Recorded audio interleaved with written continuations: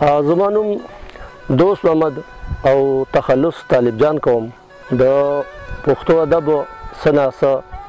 شوق کوم او د بچپن نه شاعري کوم او څه لږ ډېر نثر سره هم لیکم. تر دې وخته ما د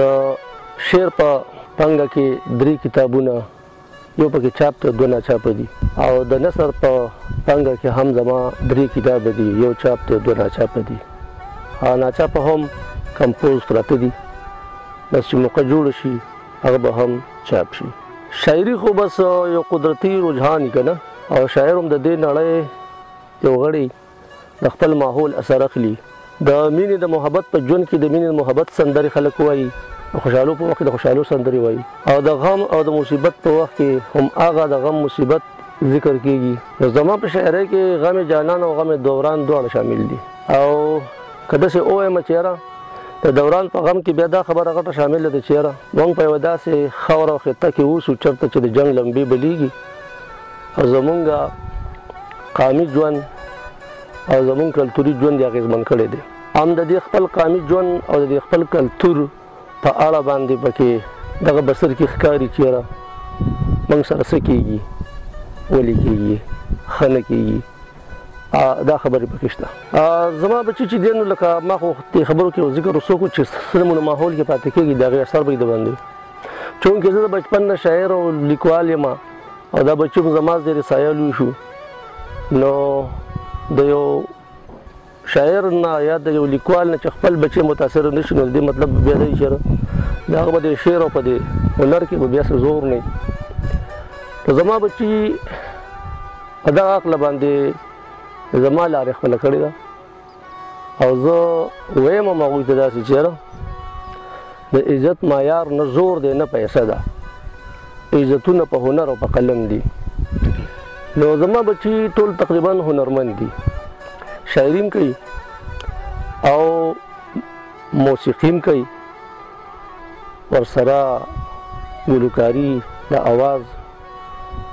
کارونه هم کوي، مصوري کوي، سکلپچر جوړوي، یعنې څه ته چې زیبا هنرونه ویلی کېږي هغه زما په کور کې شته دی، او زما ټول بچي هغې پوهېږي هم او کوي هم،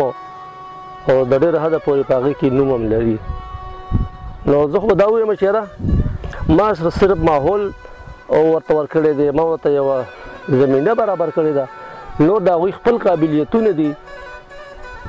او زما نه په خپلو قابلیتونو کې مخکې دي. ځکه چې که زه اوس په دې وخت کې څه جوړوم په لاسو باندې، نو زه یې نه شم جوړولی څه چې هغوی جوړوي. نو مشر زوی مې چې دی نو هغه ښه سندرغاړی هم دی، خو موسیقار دی. ورپسې بل هغه نوم ګلزار مشر کامران دی، هغه ښه آرټسټ دی او د هغې سره شاعري هم کړې ده. د ټولو فنونو کې څه نه څه لاس لري. ورپسې بل دی اجاز دی، هغه هم دغه شان ته هم شاعري کوي او مصوري کوي، پنسل باندې داسې کار کوي چې هغه د کیمرې برابري. لور مې ده هغه هم الماس خانم ډېره په دې سوشل میډیا باندې وایرل هم ده او ډېرې ایوارډونه یې اخیستي دي. اوس دې PCB والا هم کراچۍ د میټونو کې ایوارډ ورکړو، هیروز हमारे هیروز دا ایوارډ ورته ورکړو. نو داسې بس تقریبا ټول کور په شاعرۍ کې خو زه د استادۍ او شاګردۍ قایل نه یم. او بله دا ده چې ټیک ته چې څوک د چا سره کښېني پاسي نو د هغه نه څه هغه راواخلي او د هغه نه څه زده کړي، خو دا داسې نه وي چې یعنې څوک د چا شاګرد شي نو بیا هغه شاعر شي، داسې دا نه وي. دا هغه تحت اللس سبق نه دی، دا د احساس سبق دی. احساس چې تا ته کېږي او ته بیا شاعري کې، نو وخت په وخت به ستا په فن کې او ستا په هنر کې به ښایست پیدا کېږي، پاکوالی او روڼوالی به پکې راځي. خو که د چا سره شاعري وي نه، نو که دی ډېر کوشش او سوچونه وکړي نو دی شاعر کېدی دی شي. اول خبره به دی چې دی به په فطرت کې به دی شاعر وي، بیا به دی په ماحولونو کې کښېني او د هغه یو د بل رنګ ستا نه به بل رنګلي او ته به د بل نه رنګلي. بل کتابونو مطالعه د شعر مختلف اډانې دي چې ته مطالعه کړې نو ته په هغه اډانو پوهېږي، په هغې پیرایه کې به ته شعر جوړ کړې. موږ خو زه خو داسې ډېر تکړه هم نه یم په دې اوس وخت کې. پخوا به موږ درګۍ کې به زمونږ ټولنې دفتر به بنیادي طور لکه چې زه کومې ټولنې غړی پاتې شوی یم په هغې ما ډېر کار کړی دی نو هغه وه ملکان پښتونخوا ادبي جرګه ملکان درګۍ هغې کې زه پاتې شوی یم دا ټولنه موږ په 1988 کې جوړه کړې وه نو بیا هغه تنظیم کې چې څه وروسته پکې خبرې مبرې راشي زه خو ته رابیل شوم او زما د نثر په کتاب کې د هغه خبرو ذکر ما کړی هم دی بیا هغې نه پس ته زمونږ ډاکټر خالق زیار صاحب الله دې وبخي هغې ټولنه نوې بله جوړه کړله نو ملکان ادبي او کلتوري جرګه په هغې کې به شمولیت اختیار کړو خو ډېر تلې راغلی نه یم او په هغې کې غړی یم او زما کتابونه هم د هغوی د نوم لاندې چاپ کېږي نو ټولنو او بیا د پروګرامونو خبره نو دغه هم زما لکه کمیشته دی زه نوکري کوم او د نوکرۍ نه پس زما څنګه وي زما بچي دي زه دوی ته حاضر یم په کور کې ډېر ګرځېده رانه نه کېږي خو چې یو خاص پروګرام وي چې ملګري پکې خامخا لکه غواړي چې زما پکې ناست ضروري ده د هېڅ چا ناست هم په یې ځای کې ضروري نه وي خو چې بلپرد هغوی خفه کېږي چېرته یو ځای کې په هغې کې شریک شم او نور هغه ډېر شوق مې نه دی کړی د ګرځېدلو پسې یو غزل دی چې روزګار د مینې بې خطره کوي روزګار د مینې بې خطره کوي یار زورور دی زوروره کوي او پښتنې پیغلې دي له ننګه ډکې پښتنې پیغلې دي له ننګه ډکې په خزانو خبره نه راکوي او وایم چې شونډې په سترګو ښکل کم وایم چې شونډې په سترګو ښکل کم څوک چې د یار د خولې خبره کوي وایم چې شونډې په سترګو ښکل کم څوک چې د یار د خولې خبره کوي او څه وشو نه کېږي اتڼ په واده څه وشو نه کېږي اتڼ په واده نه څوک ټپه د پورې غره کوي او ملا مې نه پرېږدي په غم جړا ته ملا مې نه پرېږدي په غم جړا ته او هم مې ټکونه په سندره کوي ملا مې نه پرېږدي په غم جړا ته او هم مې ټکونه په سندره کوي د بې سواده قام وزرې نه یي د بې سواده قام وزرې نه یي الوت به څنګه بې وزره کوي او بل شعر دی دشمن مې نوې لاره بیا موندله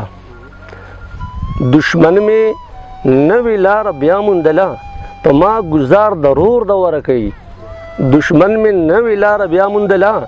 په ما ګزار ضرور د وره کوي او ځنې یارانې په چا نه راتړي ځنې یارانې په چا نه راتړي حق وینا د غره د سره کوي ځنې یارانې په چا نه راتړي حق وینا د غره د سره کوي او په غریبۍ کړي خاني طالب جان په غریبۍ کړي خاني طالب جان خواږه خوبونه په نهره کوي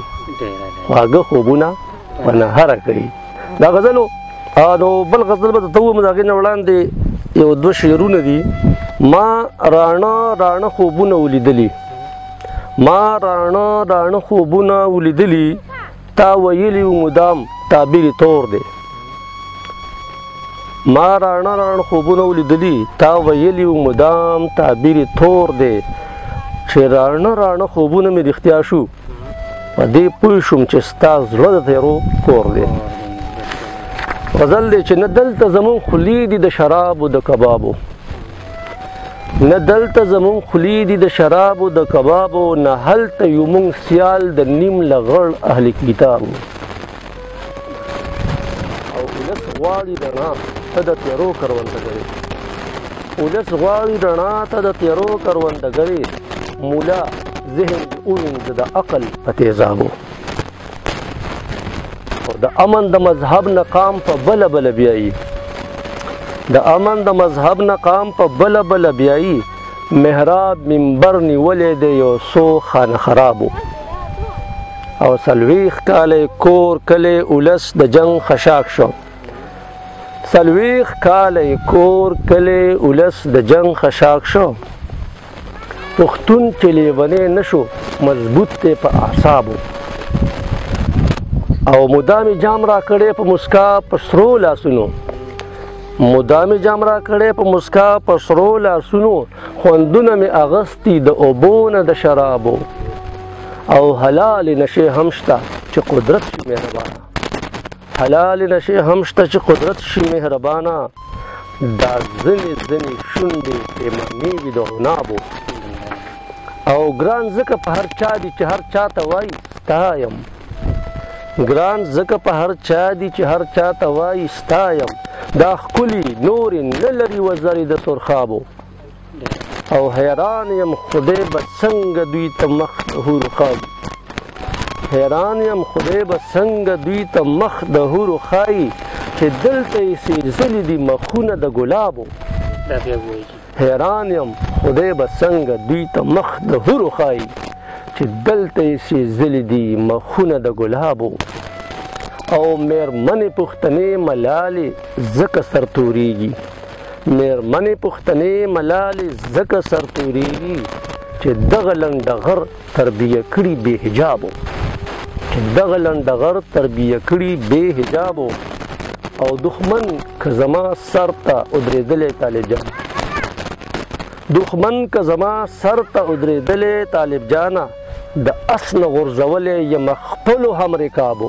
د اس نه غورځولی یم خپلو هم رکابو نو باید چې زما په دې پیغام څوک لیدلي چې موږ به د هنر او د تعلیم د لارې د خپل ژوند رڼا حاصلو او په خپل ژوند کې به خوشحالۍ راولو او خپلو خاندانونو له به ترقي ورکړو